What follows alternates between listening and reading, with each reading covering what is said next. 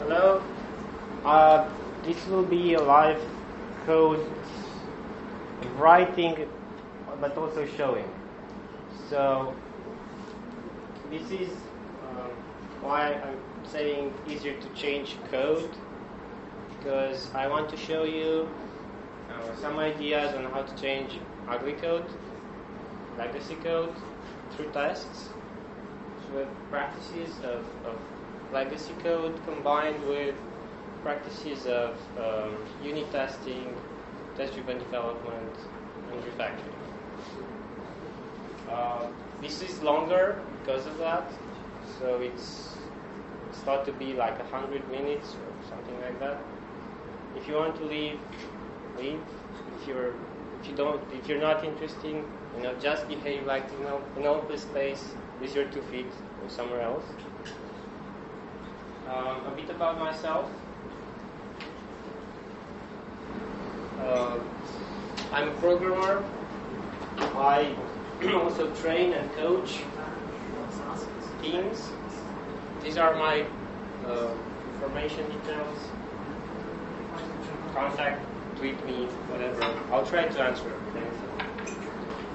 This is what I want. I'll try to present is a story about programming related to business and how the needs of business get us to this need of changing legacy code and maintaining it.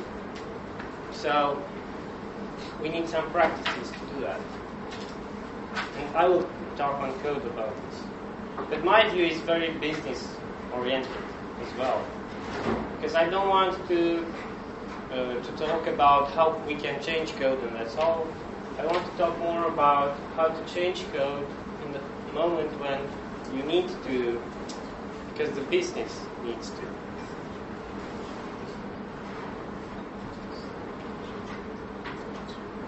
Now, I see that often, that different companies. And so managers come and say, or product owners, product managers come and say, how does this work? Magic. I don't know. The other team wrote it. We don't know this anymore. You can have a chair from here if you want. Oh, there's a chair here. Thanks.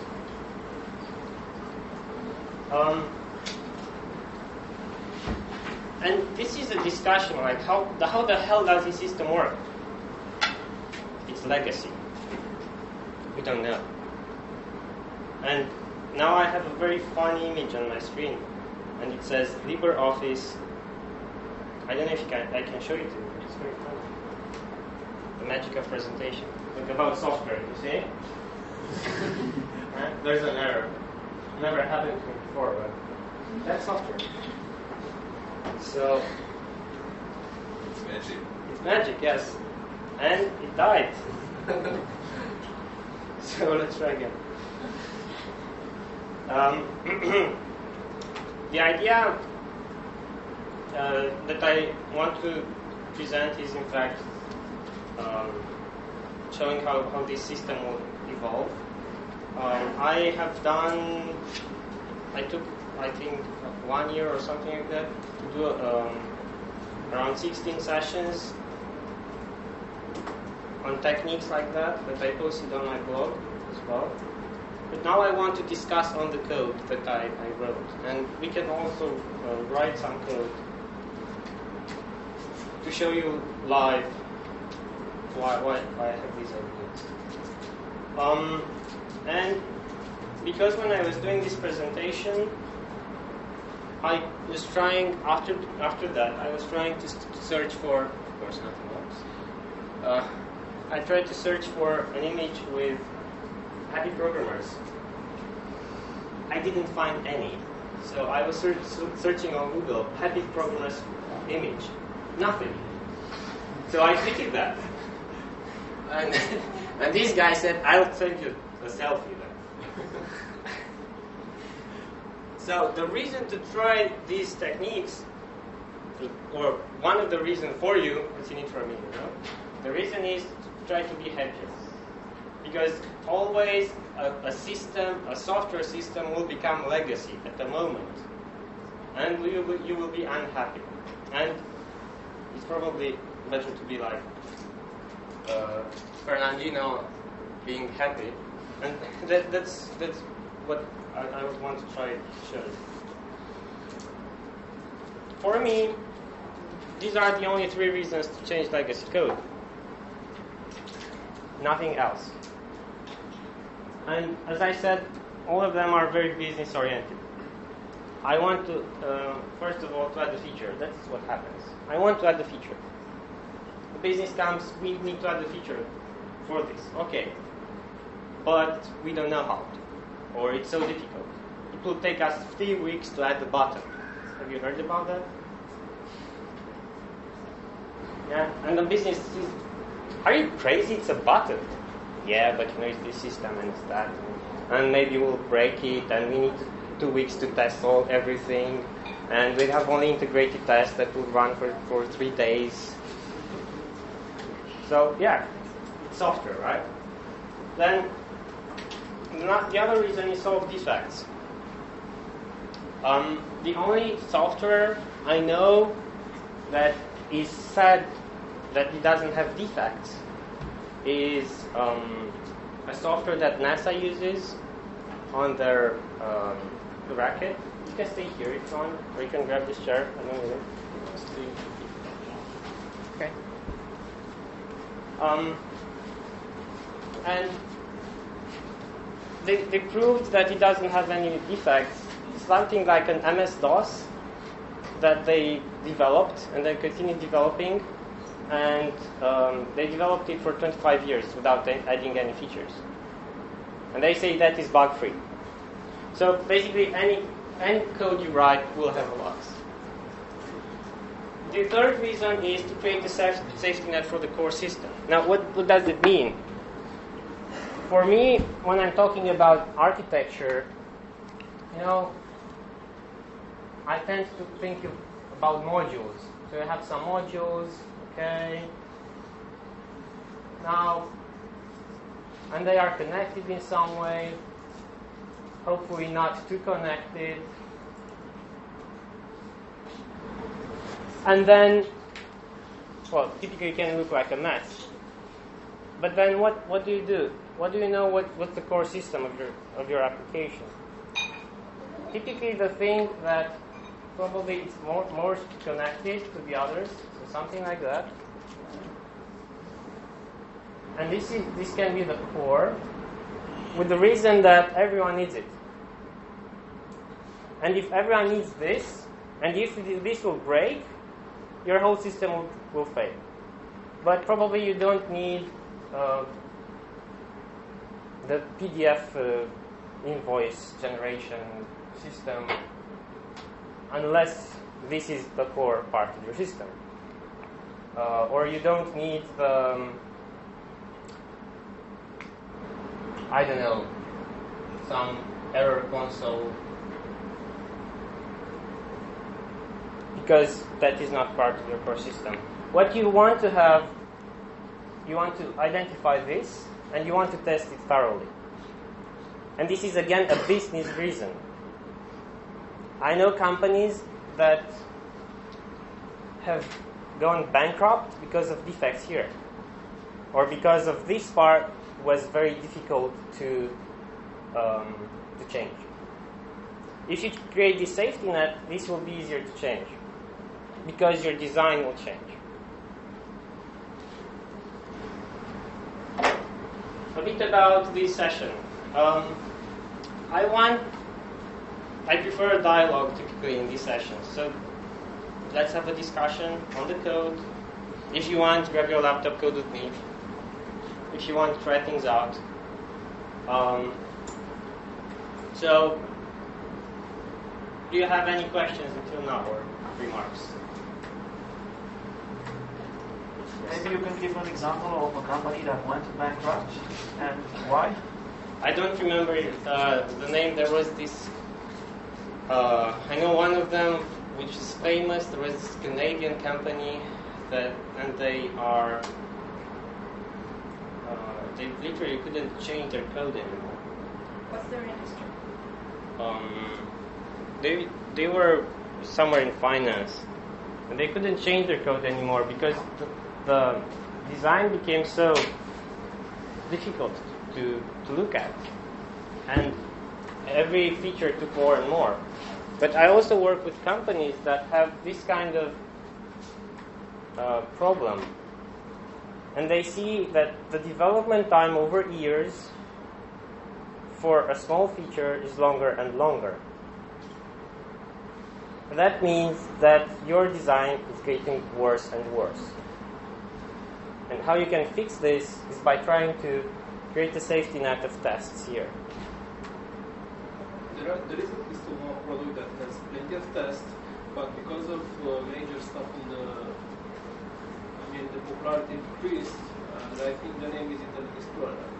Oh, yeah. Yeah, I mean, But the reason why other browsers popped up and strive and eat his market share was stability.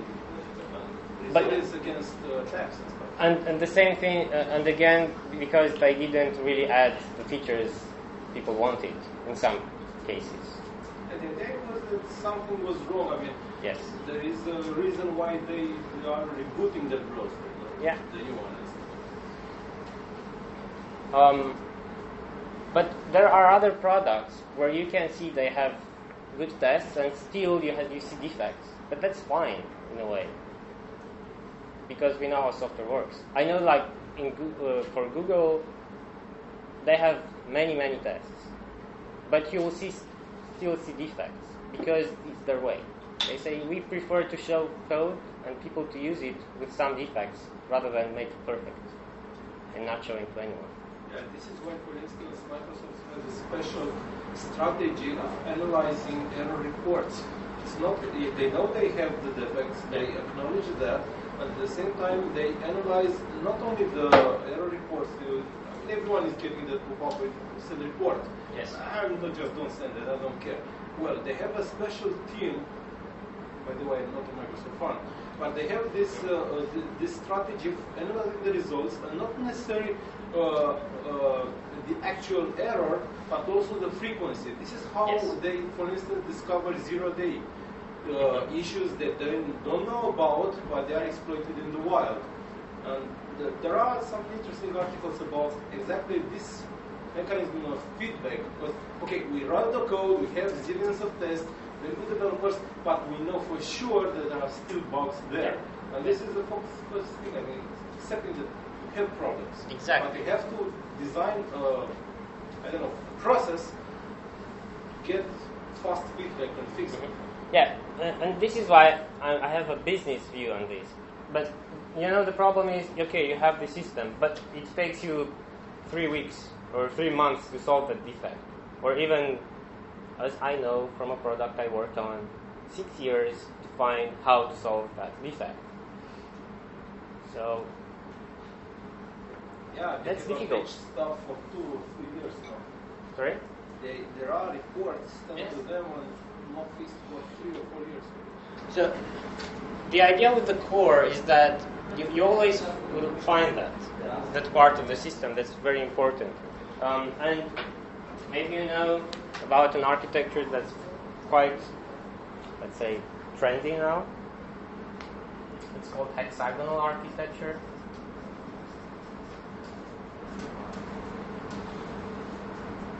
Have you heard about this? Oops. Have you heard about this? So basically, or it's called ports and adapters.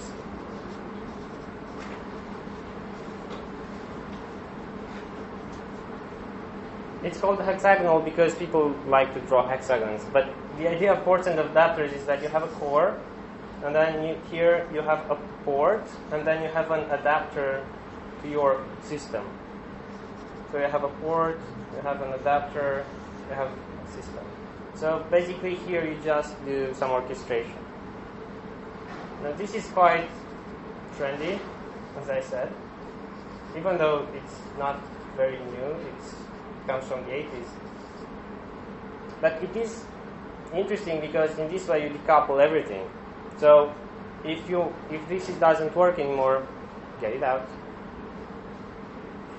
If you can literally rewrite this. Of course, you have other problems because orchestration becomes complicated. But this is the important part of the system. If this will crash, then everything will crash. So you have a single point of failure. Okay, now going back a bit to the safety net. I will show you some code that I'm using in my, let's say, demos, online, codecasts, as we call them. And I will show you my screen. Is your battery 8%? Yes. 7. I will plug it.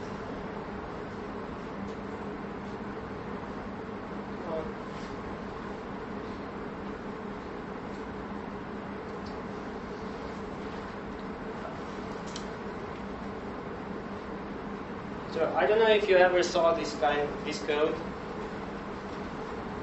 It's some very simple code. You have a game runner for a trivia game, and basically, I don't know if you know how trivia games work. Yeah, so someone asks questions, and you can win or lose some coins. And there's like this Monopoly board, and you go around it, and you win. If you go at the end, you will win. There's the jail where you go if you didn't answer correctly, things like that. Here you have three players, and you have a random for the roll of the game. So roll means I roll the dice.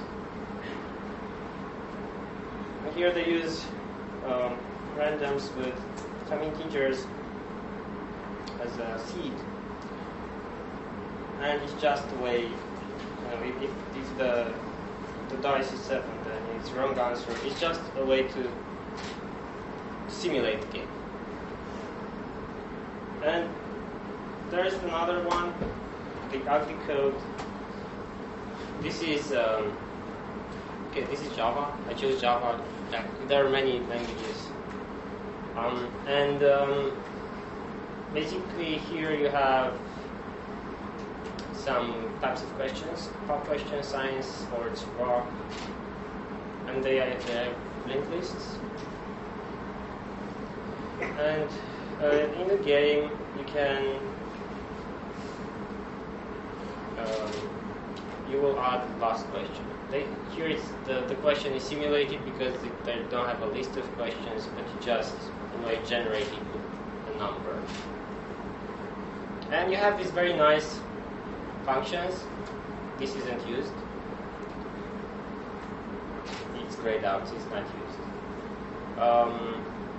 Or this function. It just, it says add. What would you expect when you hear add as a function? Add what?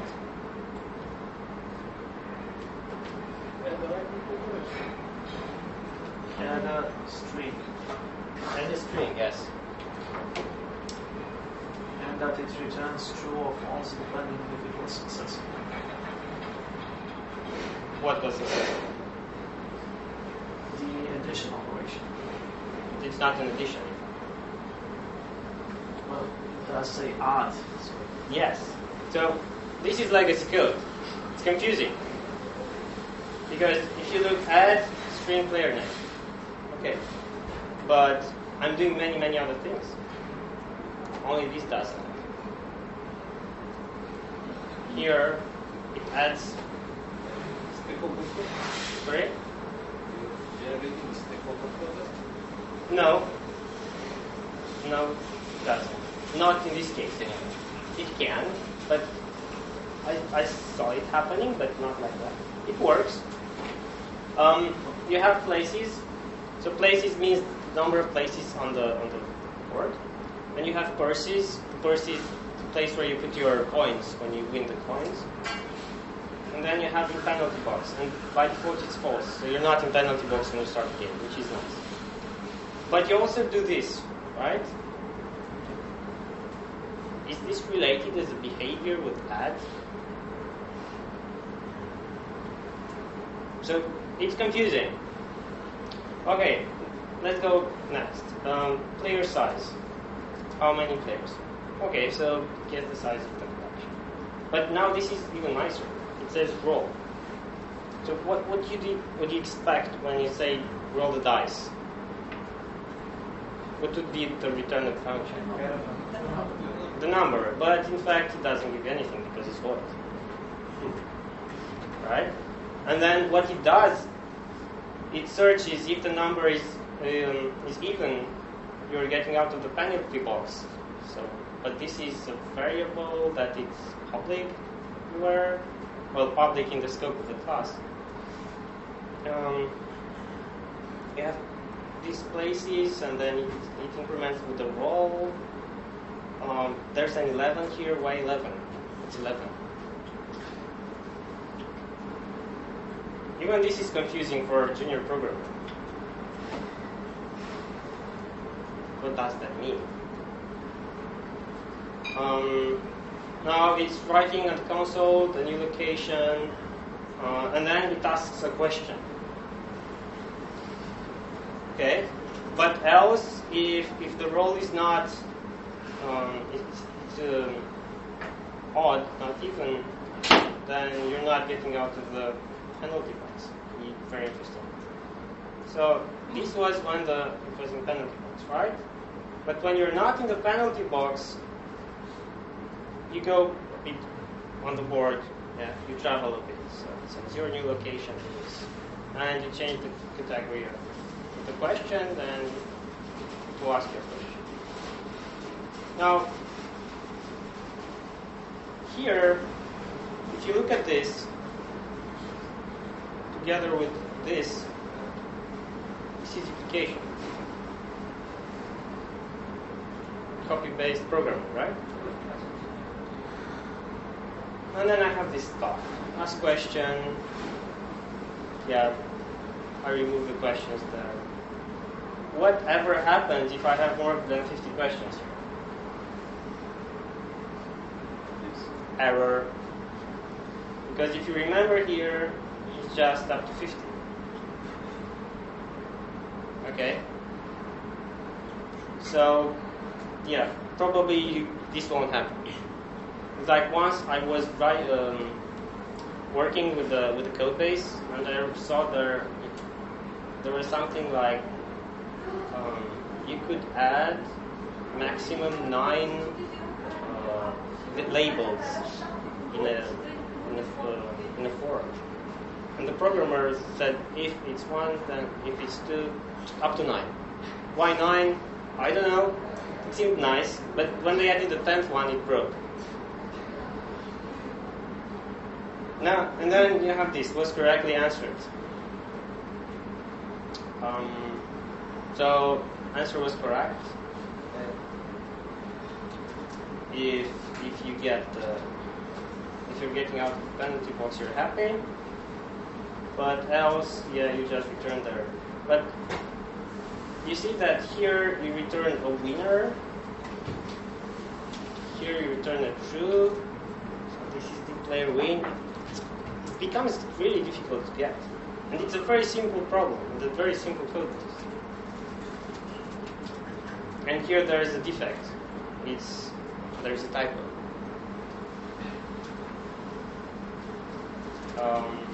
Okay.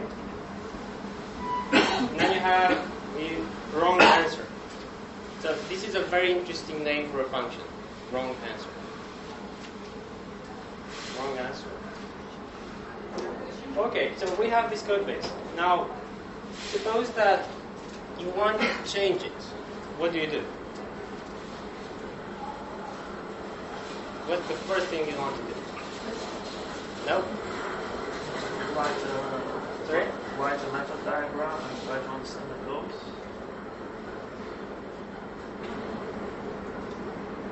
How about Fix naming. doing something simple? I go here, saying run.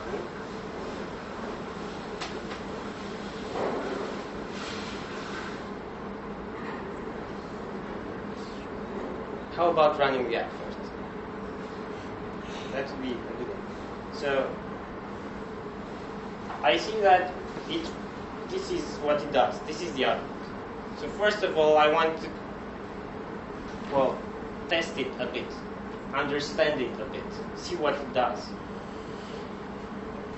And it says, okay, they added the player 1, number 2, they are player number 3, the dice, new location, sports question, answer was correct. So yeah, I see the typo here, the one that I saw in the code. Chet has 1 gold coins. Okay, so he won something because the answer was correct. And yeah, so on and so on. So what do you see at the end? Chet has now 6 gold coins, and it's gone. Now, what if I run it again? Will it be the same? No, of course, because I have random. So, but still, Chet won. By magic. So the first thing I ever do is run the app. Not test, not make diagrams, not anything else. Just run it, see what happens. You have the way of the analyst, the analytical way. Try to see what it is, make CRC cards, understand responsibilities of each function. But really, can you understand each responsibility of the function here? It's so tangled up, so it's very difficult to get. If I go here, let's not pick row, because row is too difficult. But please tell me on add, how many responsibilities do you see here on the code? 5. So what do we have? Adding player. Update Places versus empty box. Okay. Some output for testing, I guess. So I see 4, 5, 6, 7.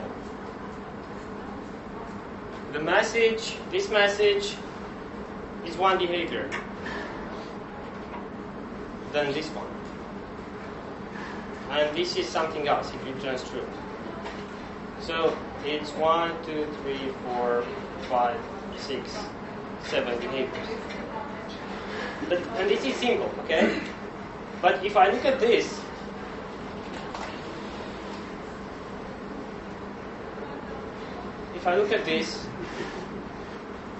how many behaviors are here? It's really confusing. And this is very difficult to understand. Even though it's a simple problem, we understand it's just a game. What if you do transactional business for financial transactions, where not even the analysts understand what the hell is there? So it's not that easy. Now, the first thing I do next is I try to create this kind of safety net. I have 2 ways of doing it. So one way of creating the safety net is called Golden Masters.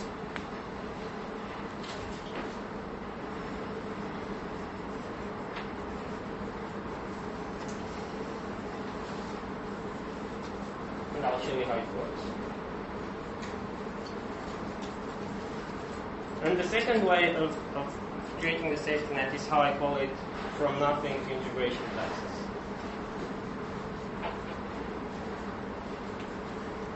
or even better to integrate the tests.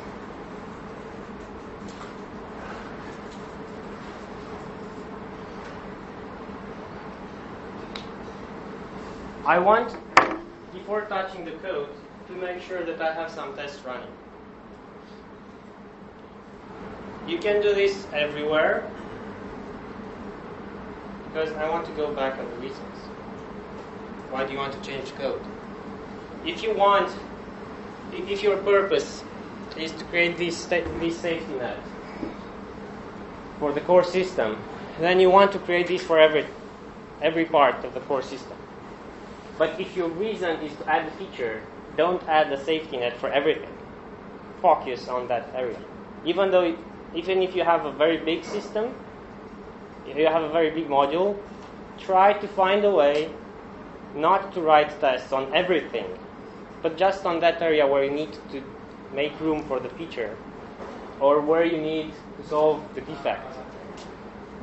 You might not know it, so if you don't know how to do that, of course you create a bigger safety net. But the smaller the safety net, the better, because you can focus and you can understand if it's enough, or you can understand if you can really solve the problem, whatever problem. So now, if I'm in the third case, that I want to create a safety net for the system, what I want to do is to create any of these, and I'll show you both of them, the code.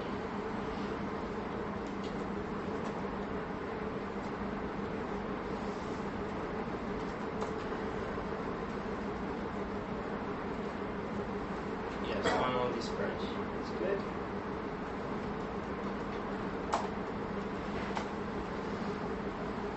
This is a way to really write tests from the outside. So, what do I have? I have this system. I have this game. This game class. And it has many public methods. 5 minutes until break, because we'll continue after that. So, you have these functions here, and I care which is the output of the system. So whenever I'm trying these are integrated tests. So it means that here I have a third party, and this is tightly connected to the third party. So what I want to do, I want to detach it and add here some kind of interface. I don't mean interface like in OOP terms, but something that can be connected or disconnected. In JavaScript, it can be anything.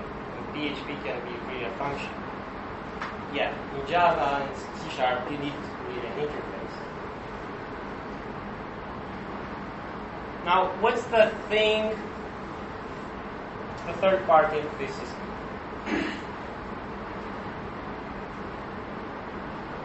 What's the thing that I'm tightly connected with? And it's bothering me from having better tests, not integrated tests. Console? Console, yes. So, in order to try to detach it, I need to test it together with the console. So I need to make these tests like this. And these are integrated tests.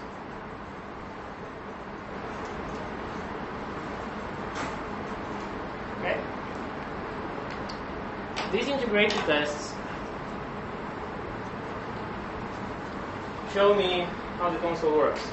And what I'm doing here, I'm stealing the output stream of the console. So this is the way to get the console output. So instead of the stream going to the console, I stop it, I grab it, I put it in a file, and I keep it. Or I just grab it and compare it with whatever I want, or whatever I think it should happen. How do I know what should happen? Well, I ran the code before, and I saw the result of the game. So these types of tests are called by Michael Feathers characterization tests.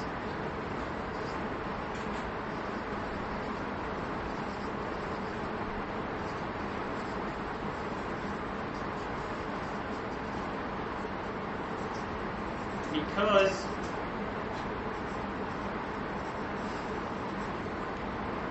what they do, they characterize our system before we change it.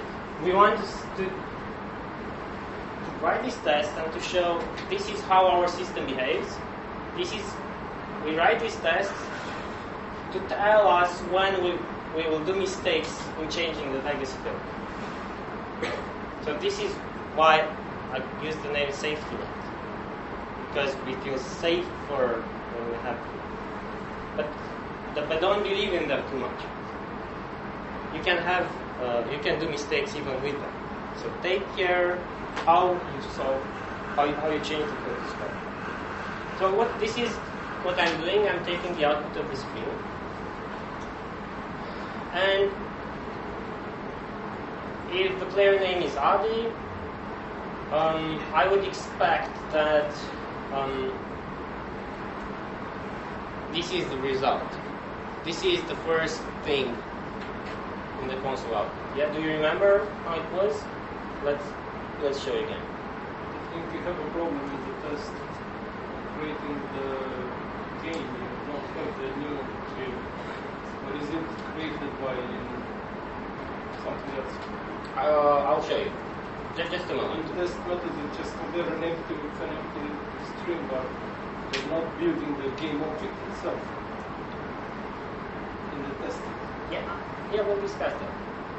So, just to finish this. So this is these are the first rows, and this is what I'm testing here. So what you're saying is that I'm not building this in a test. Look at the other test. Right, that one. When game is created, nothing is written to the output. The game is not created there. Just comparing strings of functions. So where is the game created in the test step? In the setup. Here. Okay. So it clicks. This was for me just but the core purpose of this test was for me to show to myself that this couldn't write anything to the console, so that I could go to this thing that was more interesting. Okay. Because, strange enough, it could have been something like this. Okay? So maybe someone wrote there a tab space, or a space. And then, if I would have written this test, if after that, what the hell? This is what you should write. What's wrong? And then, if you don't have a good comparer, you don't see that it's like space missing, or a tab, and you don't know if it's space or tab, or some other characters. So this is the reason why I start typically with this kind. But I agree, fair point, it's not that big.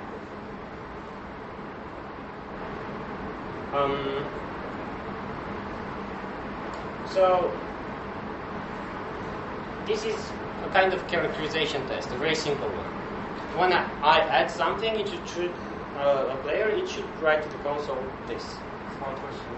Yes. Is this also a unit test? Do you consider this a unit test? No, this is integrated test. Why is that? Because you are integrated with the console. If the console would die, then it will fail. Here, I integrate with the system. So I depend on it. I don't want to do that anymore. I don't want to depend on it. So it is integrated. Okay, this is a very simple case because you have just a console. But if you have a very complex system, whatever, it would be very clear that instead of this small function of 3 lines code, probably I will have a very big function of 70, 80, 100 lines of code just for setting that system up. I had this as well. To mock that also somehow, that would be a unit test, right? Yes, and that's the next step. First, to mock this, the console, I want to test it together to see what it does. And then I triangulate. This is a concept from unit testing. So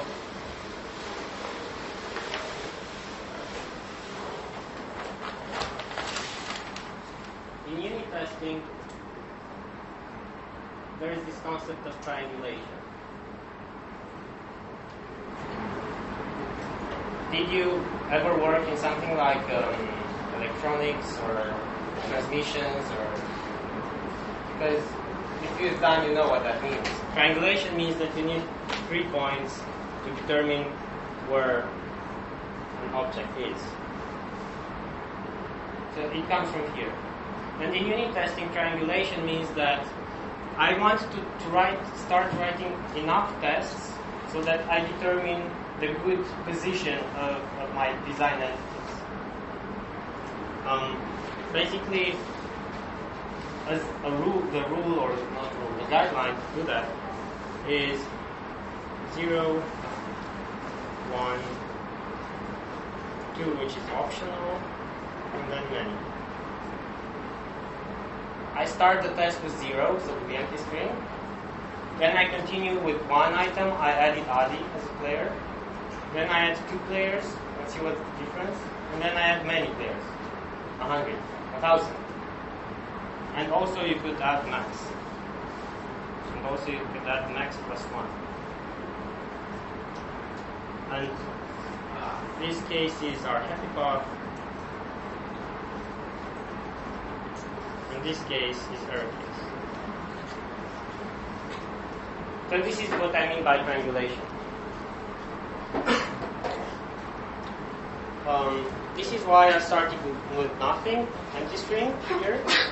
Then I started with 1 player, Adi, with 2 players, Adi and Alex. And I start seeing how it evolves. And for me it was enough. I didn't want to go to many because I saw how it evolves. And if you do this, you start seeing how the system works, and it's a lot better than reading the code. It's a lot better than reading the outputs because you read the outputs on a focused thing. Now I go to the next function. So this was for add. Okay? I'm testing this function. It's always very important to understand what you are testing and why when you do characterization tests. It's even a lot more difficult than when you just have new code. So let's go back to add. Where are you?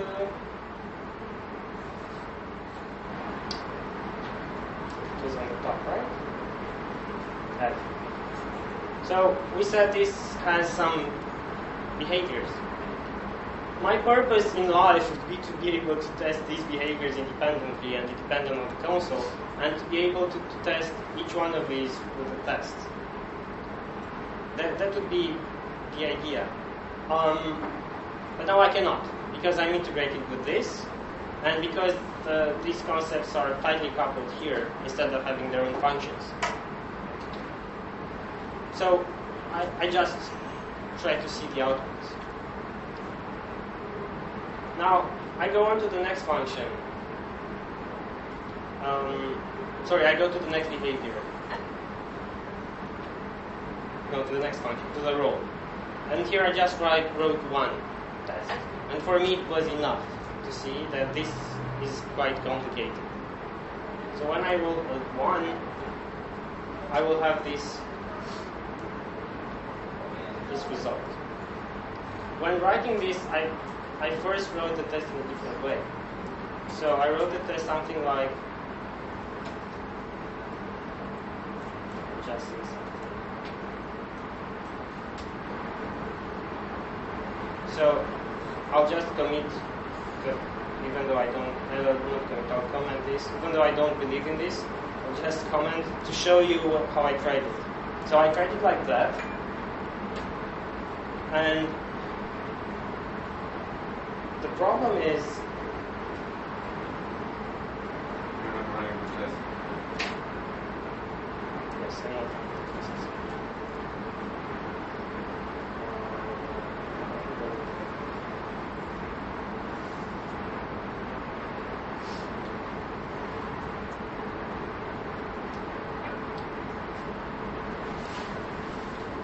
And the problem when you do this is that you have a failure. So whenever you write your accusation test, try to write the simplest code possible. If I want to focus on role, try just to call role and see what happens. And exceptions are your friends, because it will tell you something like index bound, out of bounds exception, index 0, size 0, blah blah blah, where at the game 55. So if I go here, it says players get current player. So it's obvious that I need the player to be able to roll. Okay. Always try to do that. Don't try to write the full test, the complete code in the test from the beginning. Try to focus on a function. This is what I want to test. Call it. See what crashes. And solve each one of the things step by step and see until you see you don't have exceptions anymore. So now I have console write line a message. But as you can see, this stuff is also different. So that probably this is a function as well, because what if I want the messages in German or in Ukrainian, right? So it's clear that it should be here. So then I can extract this method as well. What does it do? Or create message layer voice. Now, typically what I do, I inline this.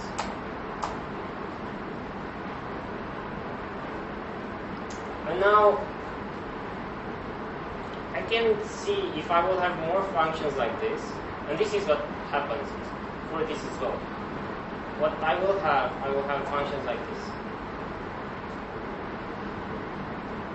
Message, I don't know, layer 1.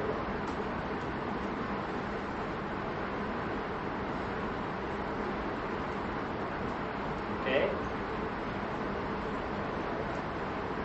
So I'll have something like this. So it's clear that I will talk a bit later, but basically a bit back. It's weird what I'm doing, right? Yeah. Yes. Makes sense. But what I call this in refactoring is the rule of 3. Only extract something when you see it 3 times. If it's just once, anyway. If it's twice, maybe. But if you have it 3 times, it's a good hint that you could extract. And in that moment, I could extract it to something like this and change this name to just a message. Now, what will happen as well is that I will have these many create message functions. So I have create message, blah blah blah, 1, 2, 3, 4. So what am I seeing here? This is, if you have consistency in your naming of the functions, you will see that you have create message in many places. If I see this 3 times, again, the rule of 3, I understand that I need a class inside. And yeah, I can extract this to a class. So this is what I will do. I go here and say create a class. Message. I don't know what that is. A creator is not a good name. But I don't care. It's not a good name, but I don't care at the beginning. So I have this class, okay? And I can extract this. I can move it.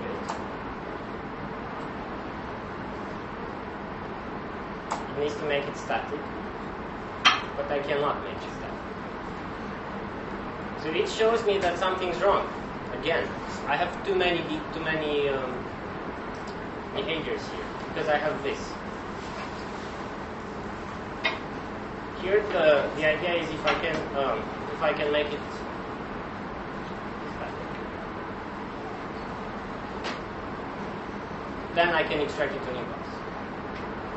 Whatever function you make static in a class and it works, it doesn't belong there. Belong there. You shouldn't have static functions in your classes. It means that it belongs to another class. But if it does that, it means that I have how we call this is a design smell.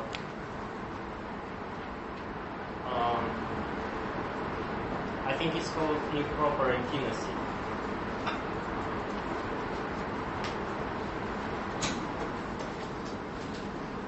These two things are too intimate. The player size with the text. It shouldn't know anything about the players. It shouldn't care about the players. It should care about the size. So then what I'm doing in this case, I want to make this a parameter.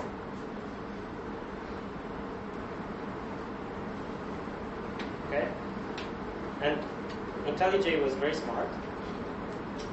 And he added this call here. And now this can be static. And you can do the same here.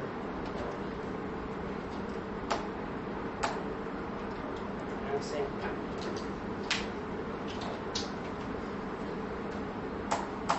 And now what do you see? These are, well, if they will have different texts, they will be almost the same. Almost. But now they are really the same. So if I see this create message now, can I make them static? Yes, I can. So that means that I can extract this. I can move it to the class. Sorry. And I don't want to extract string. I want to extract this.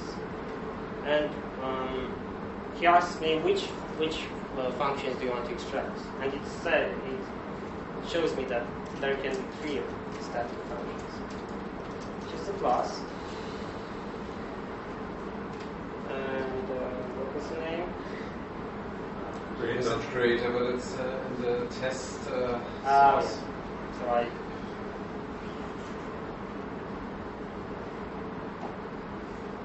that. These kinds of questions. Where's my class? We've done something wrong. So I select all of these and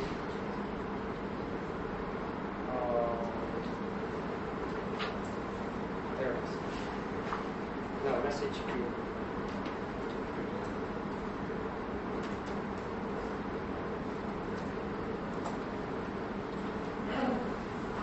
Okay. And now, what do I have?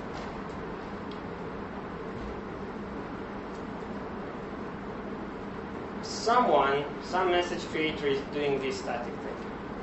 Okay? You have a call, a static call. I don't like that. I prefer to do dependency injection. But this is we are in a good path. First of all, this should be public completely. These mock functions should be public.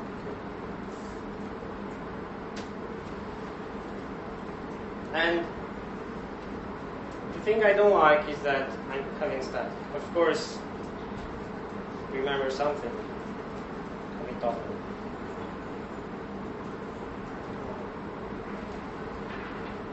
So I'd like to do a branch.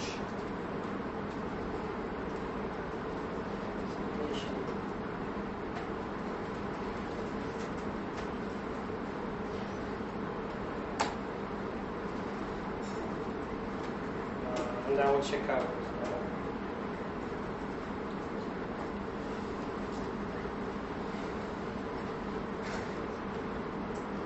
And I will commit there.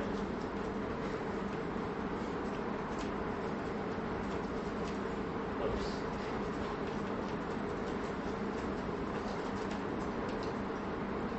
I extract the class message. Okay, so I have this message creator now, but it's static. Now I need to do another refactoring, moving from static to dependency injection. How do you do that?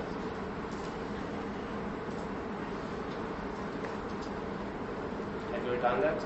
Annotate it as feed, remove the static, and Sorry, annotate it as? annotate this class. Depends on the framework. I don't have a framework. Oh, I'm really talking about structure injection, not using any framework, anything else. So, First yeah. of all, create a field in the class. Create a field, on the yes. checklist, We are on the good path. So, first of all, you want to create a field here. Oops.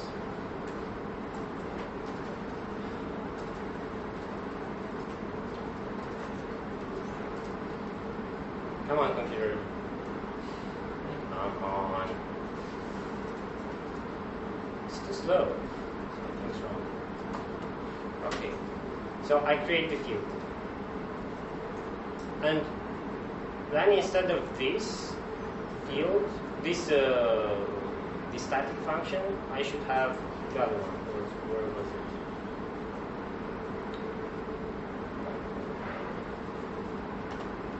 You have been there. Sorry? You have been there.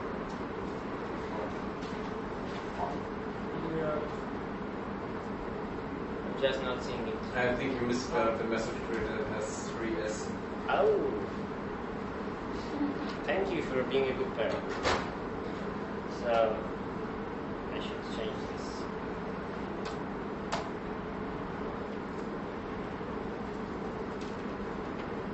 Okay, I'll change it. Now, so, I have this, and I could do this, right? Will this work?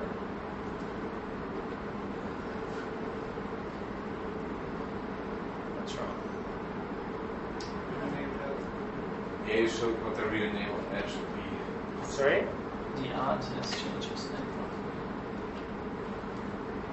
Oh, okay. But I... It's at Oh, yeah.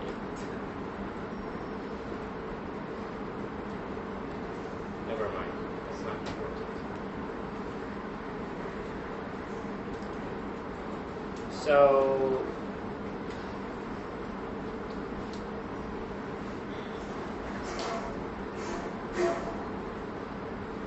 delete this again. Now it should work. Yeah. Okay, so I So- also had a second question. Just a moment to go to make the last step. The last step is to remove static. Okay? Well, not the last, because now I just have it here, and the problem is that I have new, and new is the worst enemy of your tests. So you don't want to have new. You'd like to have.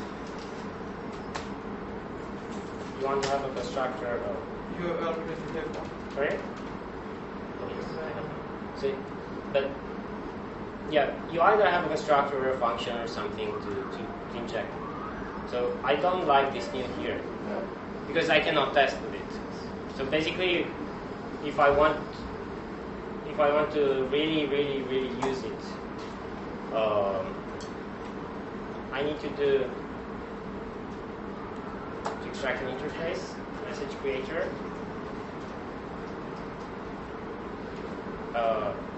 yeah. You could put an I, or you could just use other ideas. Okay, so now I have this interface. So I don't want my code to be connected to this. I don't want to have new. I want to have in my code just the interface. So instead of having something like this, the first step is to do this. And then instead of having new here, I want to inject it. And you have three very big ways of doing dependency injection: constructor injection, function injection, setter injection. What's function injection? I give it to the function who cares. So I use this message creator here. So I say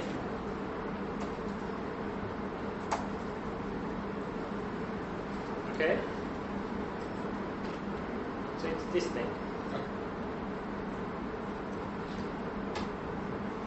Or I could do constructor injection, saying instead of doing this, I just call it. I do this.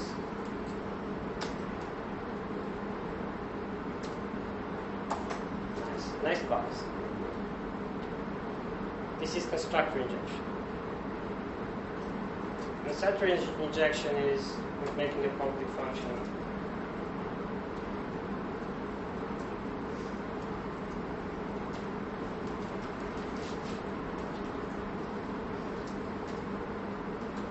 Come on. Live coding is difficult.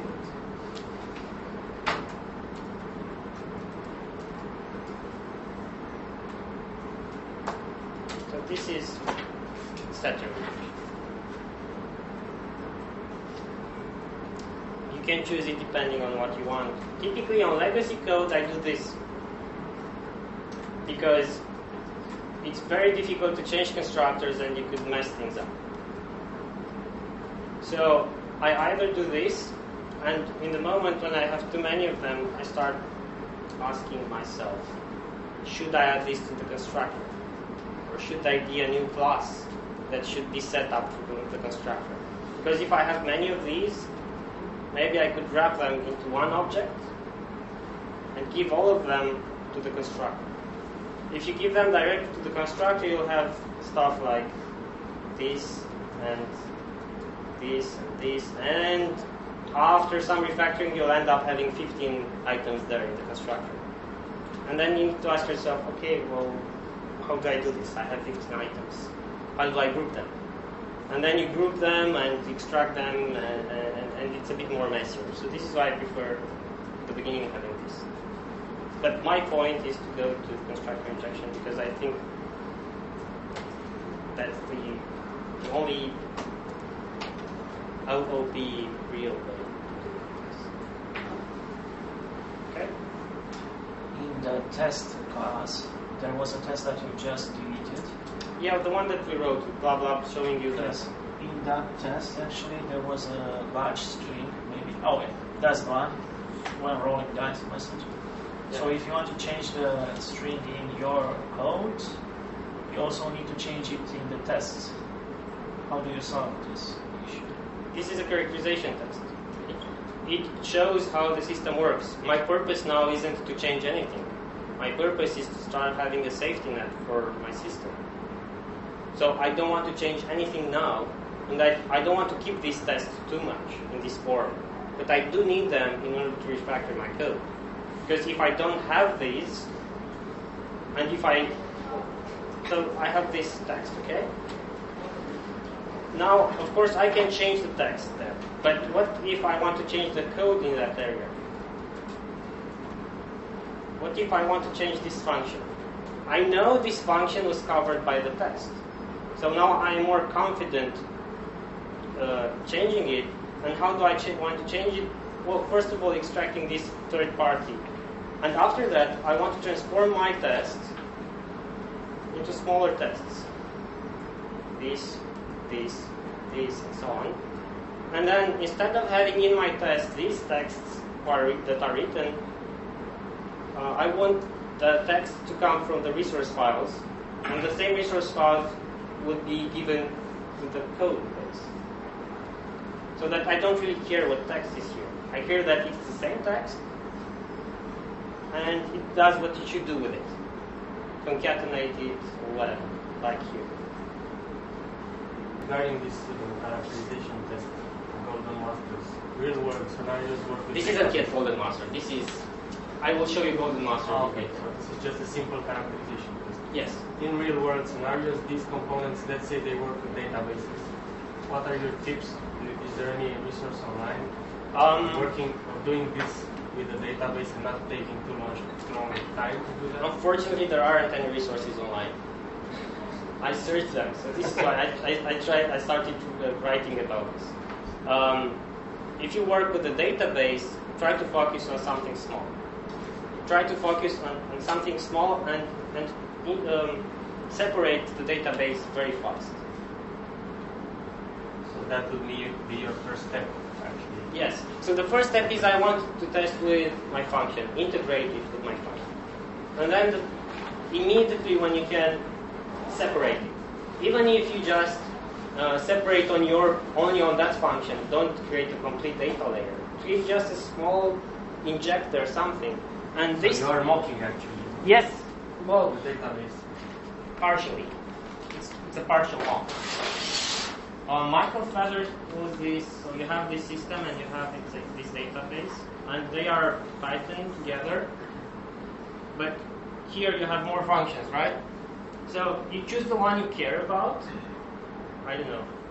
Get something.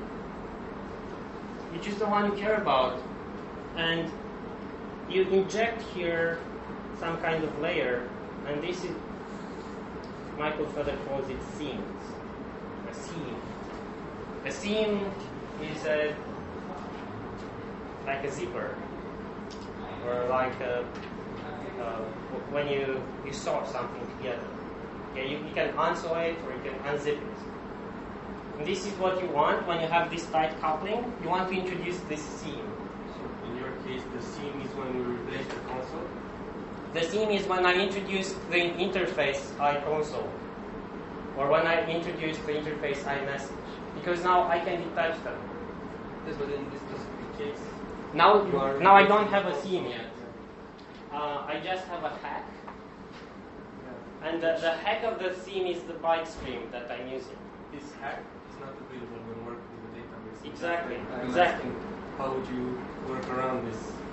So I test this together, and then I inject here an interface. Okay. With the console, I could have a hack. With the database, not really. Sometimes, with some databases, you can do that as well. For example, if you use some tools like Hibernate, you can use an in-memory database. So it depends on your tooling. Sometimes you can do that as well. And your in-memory database won't contain much, just the things that you want. But it takes time to do that. How much time would you spend on this? It depends on how important it is for the business. If it's critical for my business, a lot. If not, then not much. So these are from nothing to integration. And the last thing I want to show you is the other way.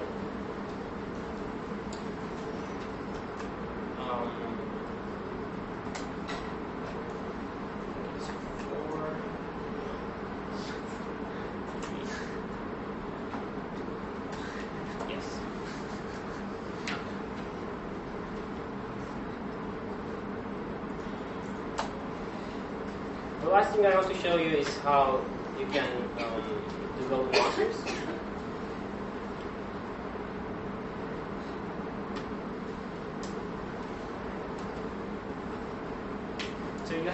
it again, and you have some tests. And the test is check trivia against golden master. Well, what does golden master mean?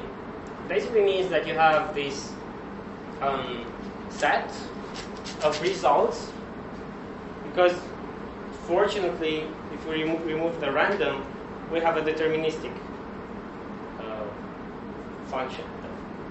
So whenever you have a deterministic function, you can have inputs and outputs. You run with many data, and you store them somewhere. And what you do, after you change the code, you check against that data, pair of input, output.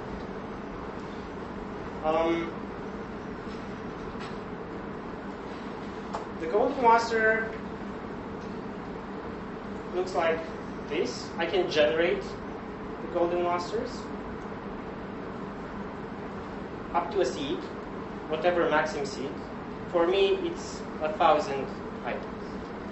So I make 1,000 games with different combinations, thinking that I can cover most of the code base with inputs and outputs. And I get the game results. Okay. As you can see, this isn't used because you use this only once. You use this only once when you want to generate the values of the system before starting to refactor. So these pairs, inputs and outputs. Now, what's the input, what's the output? That's always the question.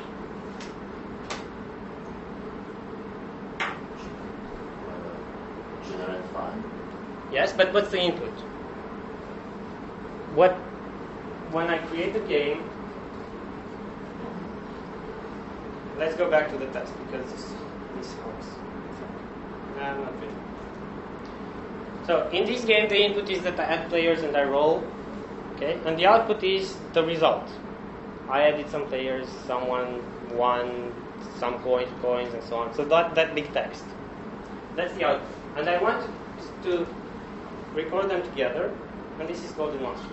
Let me show you how this golden master looks like for the trivia game.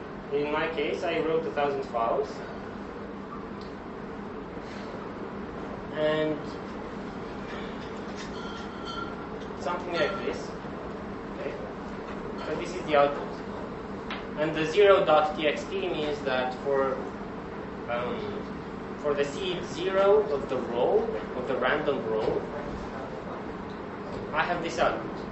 But if I go here, it's a bit different. I can tell you it's a bit different. Each one is a bit different. And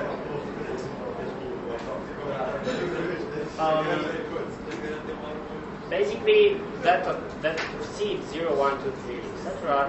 is going here. So if I give the number a seed, it will always give the same result. This is how Java randomly works. So whenever you do these kinds of integrated tests, you need to think a lot and hack sometimes the system. It's not always very fast forward. You really need to do stuff that are not usual, like getting the stream of the console, generating some outputs, trying to insert some scenes, detaching some systems together, using the tools in an unusual way. So if you reach this, you have easier to change code, because this is where I wanted to get. It's easier to change because you understand what it does through the tests. The tests characterize your code, and now you feel more comfortable changing it. Now these are only 2 techniques. If you look on my blog post, you can find also this code and more code on GitHub. I wrote 16 of them, so you can see also codecast and so on. Try to use them and see how they work. Some of them are weird, some of them can be strange, or some of them are not useful in your case. Just a question. Yes. Because the cluster is temporary. I mean that you It are... can be temporary. I know people that use it for the full time. Continue using it. I use it just for a temporary. Yes. It's just a safety net.